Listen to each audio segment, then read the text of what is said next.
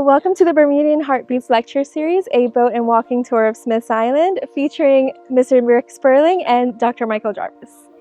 Now here we are, we're approaching Smith's Island. Smith's Island is really where Bermuda started. We are going to see 3 sites, and let me tell you, the first site we're seeing started in 1615.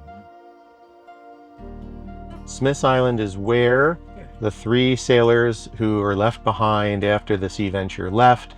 They chose Smith's Island to be their home. I'd like to say they were the first Bermudians in that they chose to be here rather than shipwrecked, and they established the very first house and farm here. What's the only site that's going to be older than 1612? Of all the islands on all of Bermuda, they chose to make Smith's Island theirs. Have a look, stand in the 3 Kings, stand in the very first Bermudians' house. Some of the first meals ever made in Bermuda were cooked in this oven. They built the very first town, Bermuda's capital, here on Smith's Island.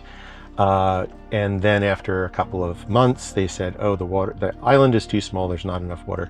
And then they went over and founded St. George's. So this town predates St. George's.